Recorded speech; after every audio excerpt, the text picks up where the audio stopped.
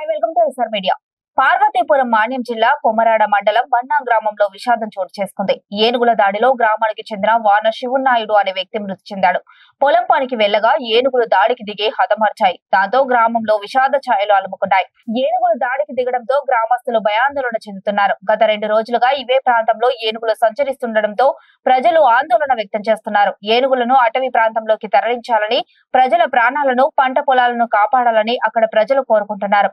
ఇప్పటి వరకు ఏనుగుల దాడిలో 12 మంది మృతి చెందారు అని, పలువురు గాయాల పాలయ్యారు అని, మొత్తం నియోజకవర్గంలో 11 ఏనుగులు 2 గుంపులుగా సంచరిస్తున్నాయని అధికారులు తెలిపారు. ఏనుగులతో ప్రజలు అప్రమత్తంగా ఉండాలన్నారు.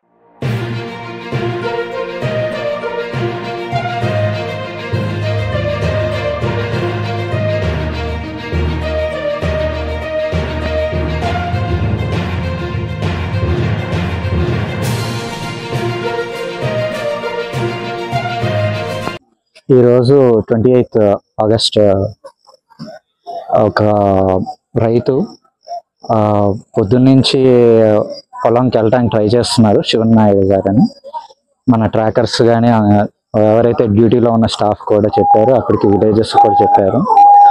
అయితే ఎవరి మాట వినకుండా కొద్దిగా గట్టు దగ్గరికి వెళ్ళి స్నానం చేసి దాని తర్వాత కొబ్బరికాయలు తెచ్చుకుందాం అని చెప్పి వేరే రూట్లో, అంటే ఉన్న రూట్ కాకుండా వేరే రూట్లో వెళ్ళారు. 2:30 ఆ టైంలో మన వాళ్ళు ట్రాకర్స్ కూడా భోజనం దిగారు. ఆ టైంలో ఈ ఇన్సిడెంట్ జరిగిన 15-20 మినిట్స్కే మనకి ఇన్ఫర్మేషన్ వచ్చింది. ప్లస్ అందరికీ ఇన్ఫార్మ్ చేయడం జరిగింది. అయితే విలేజెస్కి ఇదే మా విన్నపం ఏంటంటే, ఇలాంటి ఇన్ఫర్మేషన్స్ ఇచ్చినప్పుడు ఎంత లోపలికి వెళ్ళి ఇన్సిడెంట్ జరిగిందో మనకు తెలుసు. అంత లోపలికి మన విలేజెస్ ఏనుగుల దగ్గరికి వెళ్లకుండా, ఎప్పుడైతే ఏనుగులు ఉంటే వాళ్ళ దగ్గరికి గుంపులుగా వెళ్లకుండా ఉండాలని కోరుతుంది. ఈ విషయం జరిగిందని చింతిస్తున్నాం ఫారెస్ట్ డిపార్ట్మెంట్. అలానే వాళ్ళకి ఏదైనా కంపెన్సేషన్ ఫారెస్ట్ డిపార్ట్మెంట్ తరఫు నుంచి ఇవ్వటం జరిగింది. ఫర్దర్ గా ఇలాంటివి కాకుండా చూసుకుంటాం. ఇప్పుడు దాకా 2007 నుంచి ఒక 12 డెత్ కేసెస్ అయినాయి పార్వతీపురం మండలం డివిజన్. చెలువులు ఇంకా ప్రపోజల్లో ఉన్నాయండి. అంటే మన కుంకి ఏనుగులు అలాంటివి ఏమన్నా వచ్చి చేయాలి అని చెప్పి ప్రపోజల్స్ అయితే ఉన్నాయి.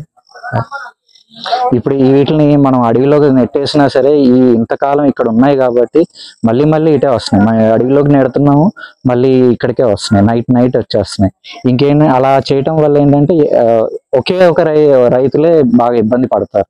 మనం చేయటం వల్ల మనం బాంబులు వేసినా ఏం వేసినా సరే ఇంకా అగ్రెసివ్గా అవుతున్నాయి.